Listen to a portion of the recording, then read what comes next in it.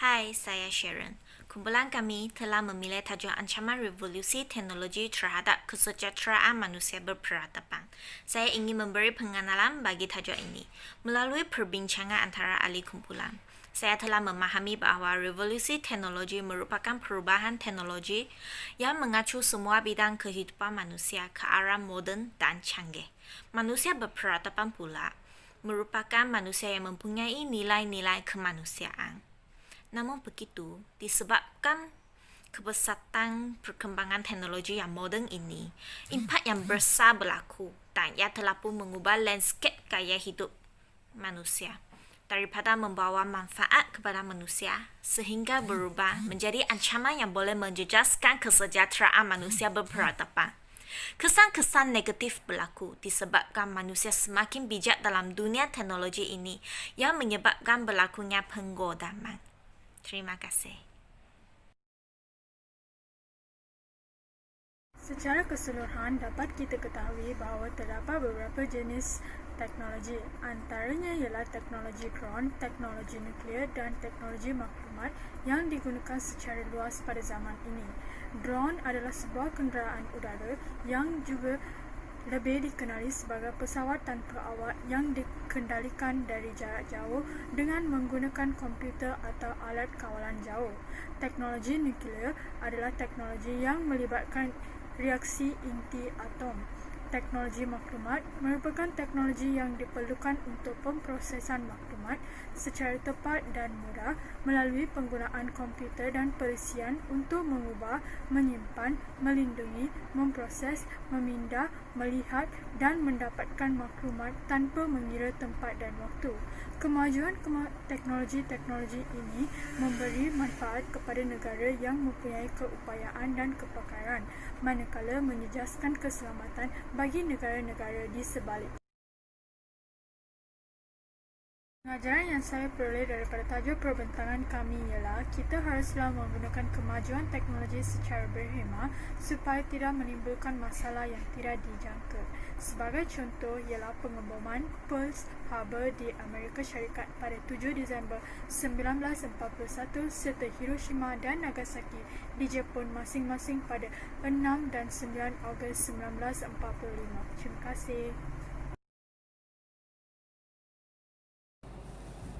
Hai, saya Ting Iling.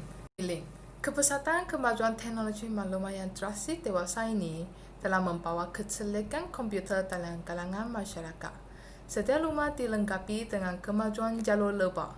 Kecelakaan manusia terhadap teknologi maklumat telah mengundang inovasi bagi mengeksploitasi teknologi untuk tujuan jenayah cyber. Hal ini memberi ancaman kepada kedaulatan negara kerana para penggoda mampu mencerobos sistem pertahanan serta keselamatan negara dan menjualkan maklumat penting negara kepada musuh-musuh yang memerlukannya. Jenis-jenis jenayah cyber yang biasanya berlaku ialah penipuan, pengubahsuaian ke atas program komputer, kecurian maklumat, menyaling perisian secara tidak sah, penitipan, judi cyber, skim cepat kaya, pornografi, penggodaan, penyebaran virus dan pengedaran maklumat palsu. Saya berharap setiap rakyat boleh memanfaatkan dan bukan menyalahgunakan teknologi dalam kegunaan yang membawa ancaman kepada kesejahteraan manusia berperadaban. Sekian, terima kasih. Teknologi nuklear adalah teknologi yang melibatkan reaksi inti atom. Kecelakaan manusia terhadap teknologi nuklear menyebabkan manusia menggunakannya untuk tujuan perlumbaan senjata nuklear, yang menyebabkan dunia diancam peperangan senjata kimia dan bom atom di mana secara tidak langsung memberi ancaman kepada tamadun dan kelangsungan hidup manusia. Selain itu, bahan radioaktif juga mengancam kesihatan manusia, iaitu boleh mengakibatkan penyakit kronik seperti kanser dan mutasi genetik, iaitu kecacatan. Seterusnya, risiko teknologi nuklear ialah boleh menyebabkan kebocoran radioaktif di mana haiwan, manusia dan tumbuhan terdedah kepada radiasi. Tanah tani yang tercemar dengan radiasi tidak terguna lagi. Kesimpulannya, tanpa disedari, teknologi nuklear membawa impak yang besar terhadap kehidupan di muka bumi ini. Jadi, saya berharap agar manusia memanfaatkan teknologi nuklear dengan cara baik supaya ia tidak terus memberi kesan negatif kepada manusia mahupun hidupan lain.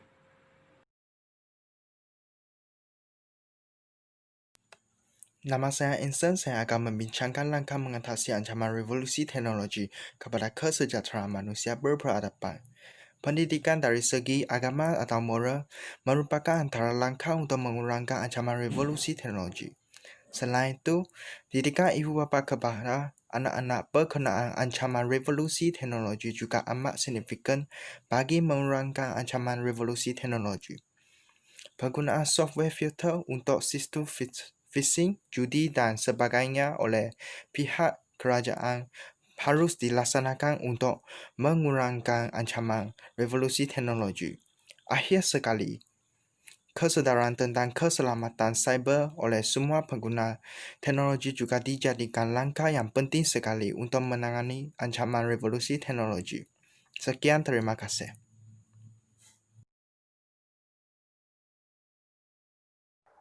Salam sejahtera. Hari ini saya ingin menebubual saudara Gurmila, pelajar Universiti Pendidikan Sultan Idris. Baiklah, dengan teknologi yang canggih dan moden, saudari rasa apakah ancaman revolusi teknologi kepada kesejahteraan manusia berperadaban? Salam sejahtera Kak Satya. Teknologi moden sudah tentu memberi banyak perubahan kepada manusia.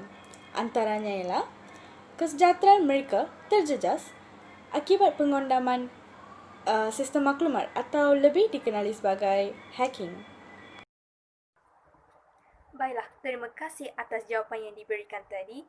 Apakah langkah sesuai yang boleh diambil oleh para pengguna untuk mengurangkan ancaman revolusi teknologi seperti pengondaman sistem maklumat? Langkah yang boleh diambil oleh pengguna ialah menetapkan kata laluan yang kuat.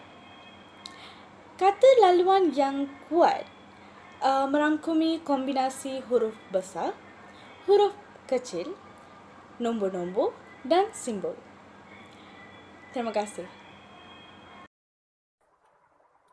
Terima kasih kepada saudari Gurmila kerana meluangkan masa bersama saya pada hari ini dan memberikan informasi yang cukup manfaat kepada kita semua.